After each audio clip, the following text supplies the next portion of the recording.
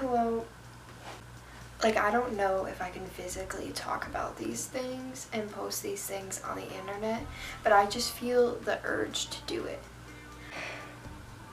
I know you're scared. I'm not scared to talk about this, but I know you are.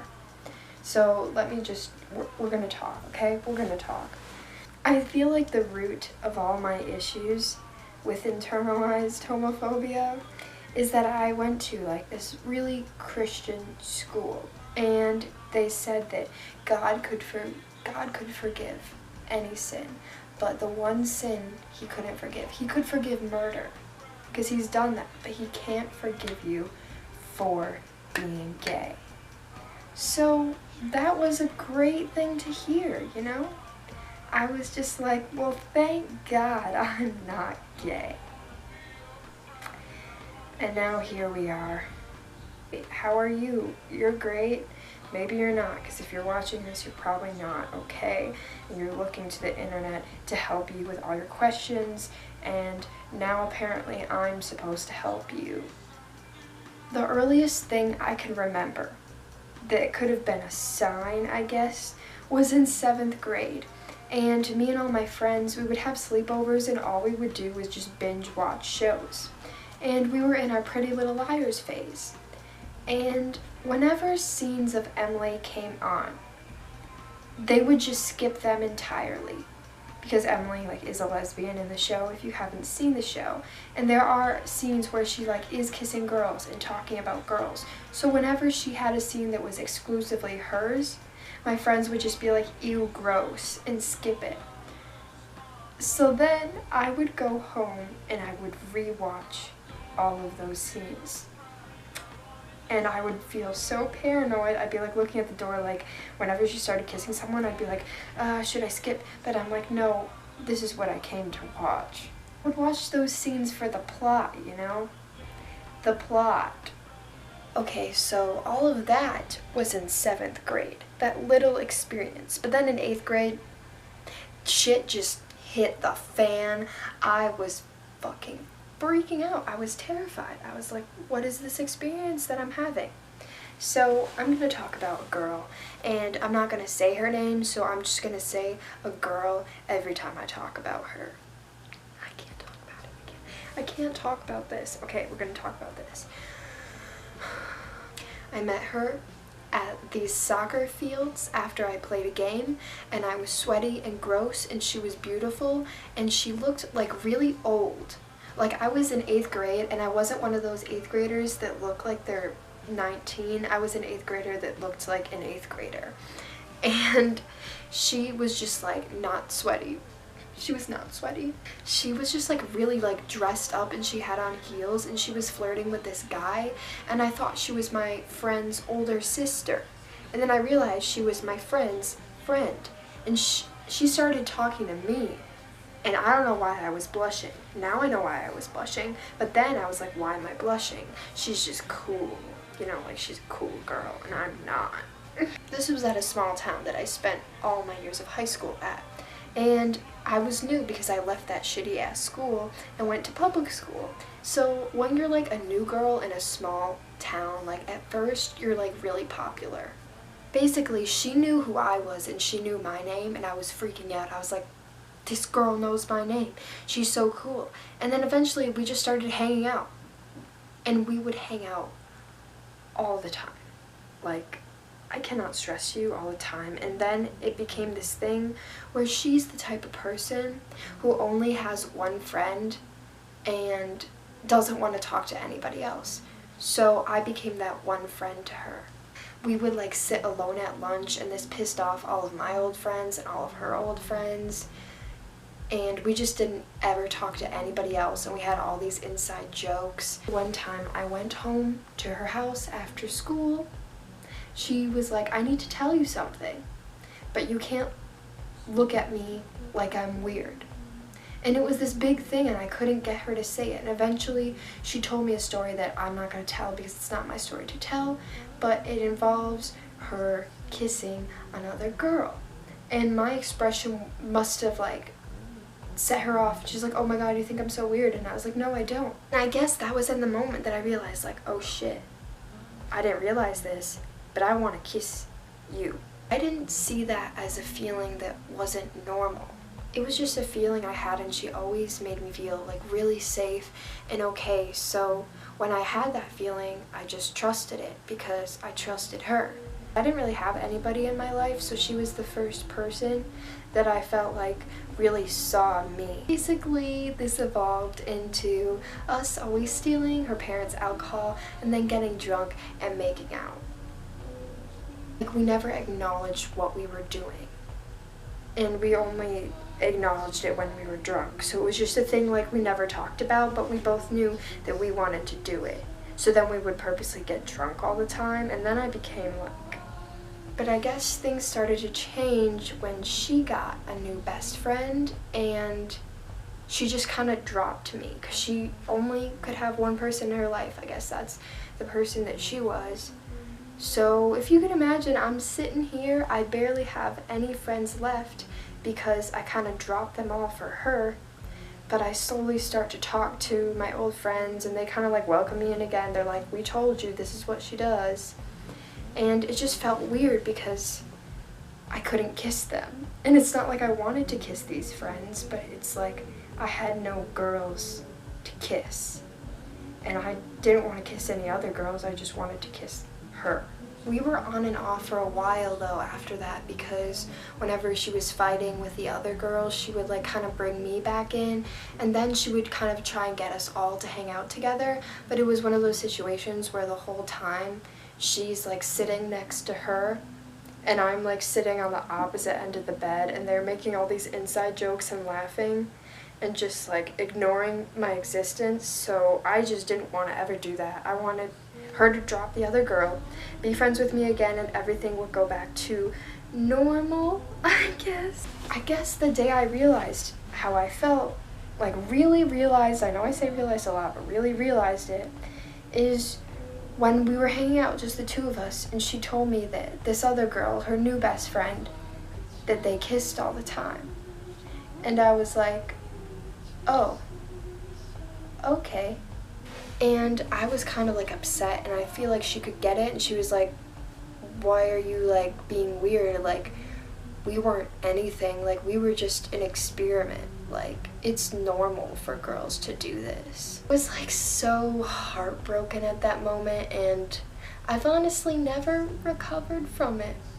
But I get what she was doing. She was trying to like label us as an experiment and nothing, because if she thought of us as anything other than that, then she wouldn't be straight, and that's a hard thing for anyone to accept. So I don't blame her for that. But I guess when the first like person of the same sex that you really, really love says what you were doing like was just an experiment and you're not real, it's like scary, because it's like, well, it was real to me, you know?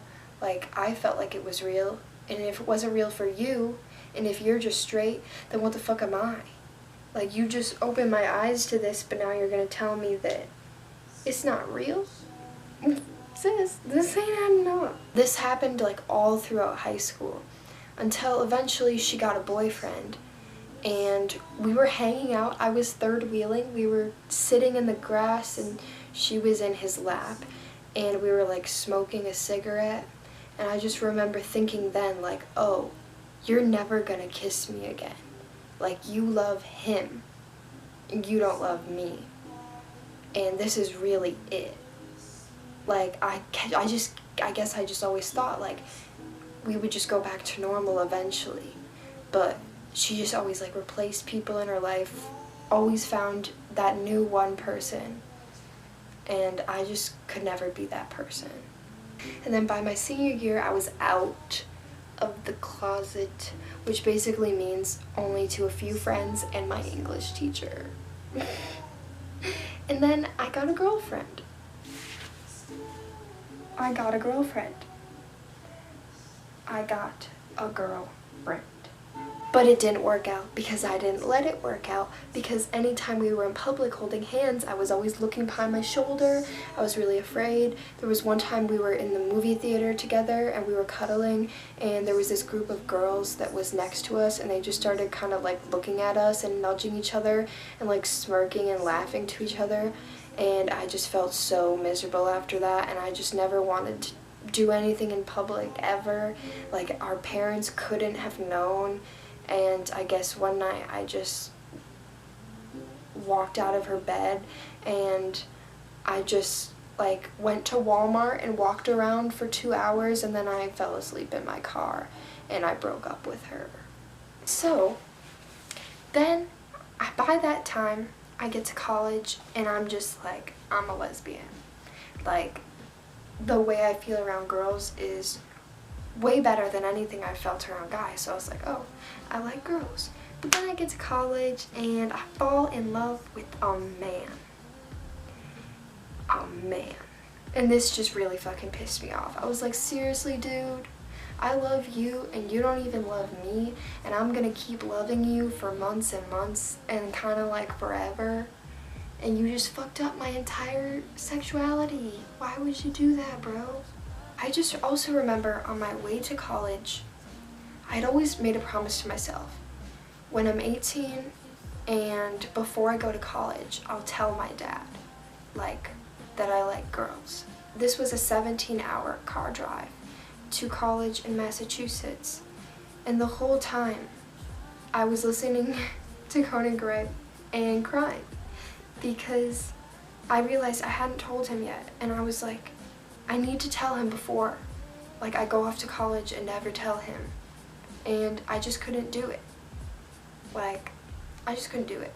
And then I just get to college, I hang up my pride flag, and I cry. Because, like, I just couldn't take that step. Meanwhile, as I like this man, at the same time I realize that he doesn't like me, so I'm trying to force myself to like any other person. So I would just go to parties, get super, super drunk, and make out with people.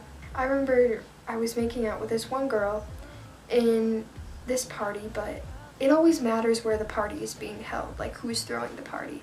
And this was like in the lacrosse team's basement, and of course we're like two girls making out in the middle of a party, but like everyone is always constantly making out with people in the middle of the party and no one honestly says anything. They just walk by. But I remember feeling like everyone was staring at me, and then like taking her back to my dorm and shit happening, and then the whole time just being paranoid, like, oh, my neighbors are gonna like know now what I am, and freaking out. And then trying to, like, my friends were trying to be super supportive about it, like, hey, you got some, and the whole time I was like, meh.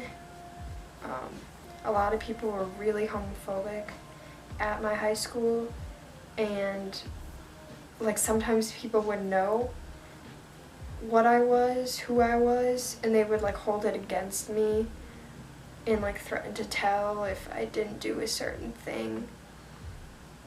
And it was so weird going to a really liberal college after that and just finding a safe space. I found like this safe bubble, and it was okay to be who I was, but it also really pissed me off. It did, because I got to this college and I met other people who were queer, and a lot of people just treated it like, oh, this is just one part of me, like, it doesn't really matter. And here I am, like, I had to hide this part of me for so long, and you just had this normal experience where it was okay for you to be who you were, and now you're telling me that this is like, it's just whatever. Like, who cares? You like girls, whatever. Like, that can be a very comforting statement, to be like, oh, you like girls, it's no big deal. But when you've faced like fear, and when you've been afraid you would get kicked out of your house for it, and someone's just like, oh yeah, whatever, it's no big deal. It's like, no, it is a big deal. It's a big deal to me.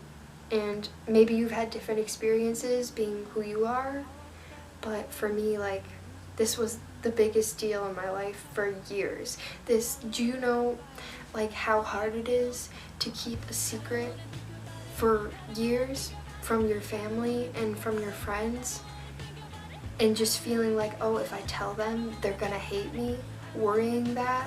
When you tell people you're queer, I hate it when they say, oh, I still love you. I'll always love you.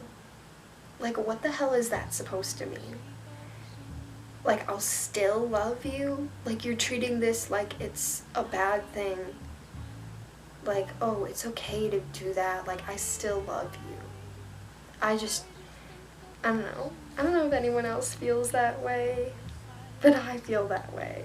So yeah, back to my wild college party experience, making out with girls in the middle of a lacrosse basement.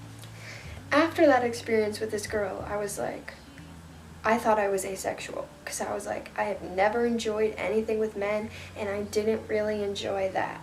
So I don't know what's happening to me, but I just fall in love with everybody who like smiles at me. So I was really fucking confused. I was like, what is going on? And I told my friend I might be asexual, and he just laughed at me. And so I started liking 2 of my friends that were girls. One girl was like, I don't know if I like girls or if men are just disappointing. And I was like, I feel that.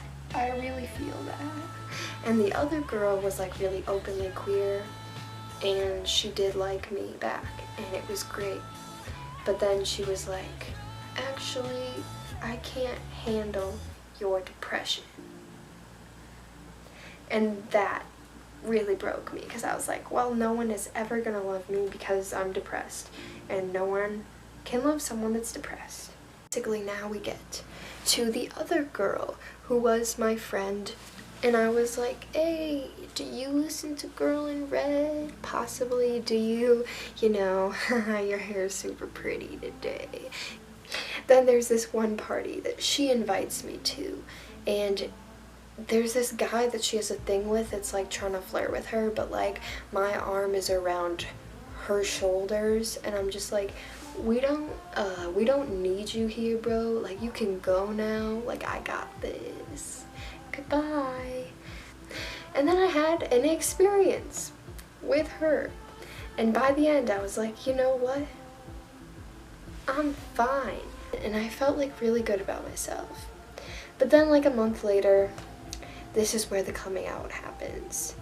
I had a situation, and I was in the hospital, and as I was sitting in the psych ward with my wrists bandaged, the doctor comes in and says, I have your father on the phone. He's flying out here because the college talked to him. Do you want to talk to him? And I was like, no. And he was like, can I tell him anything about your status? And I was like, no, you can't.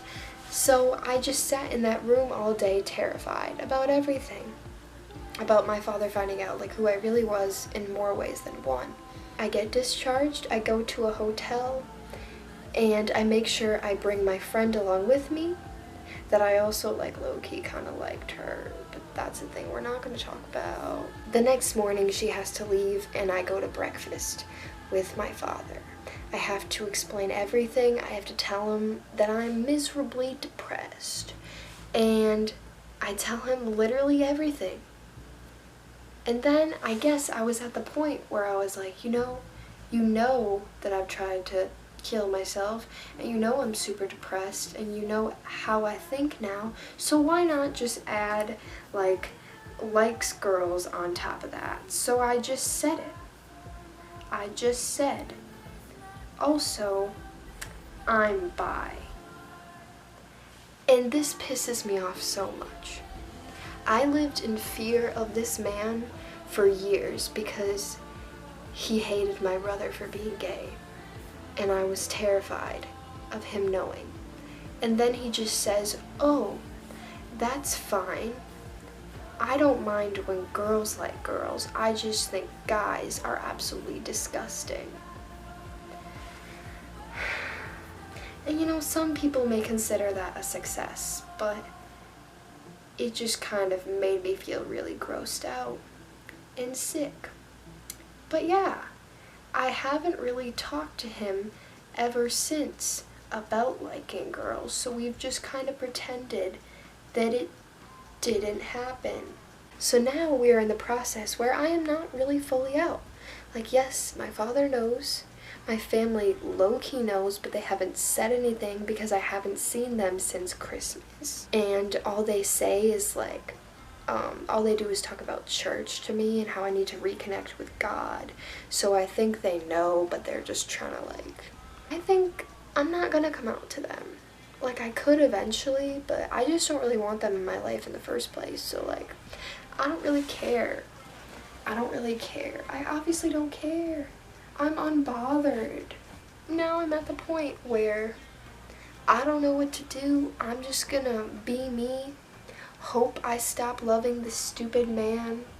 Hope I fall in love with a girl and get married. And then we just deal with problems as it comes along, you know? That's the thing about being queer, is that there's kind of like different phases of like homophobia that you face as you go along in your life. And I'm at a point where I feel okay right now.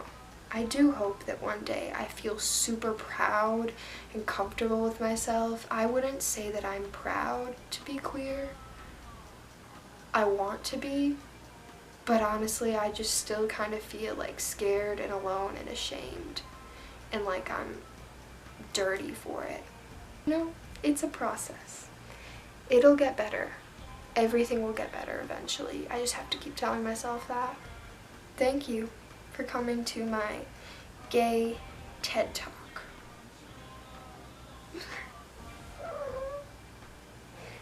Goodbye. It was all no negative self-talk.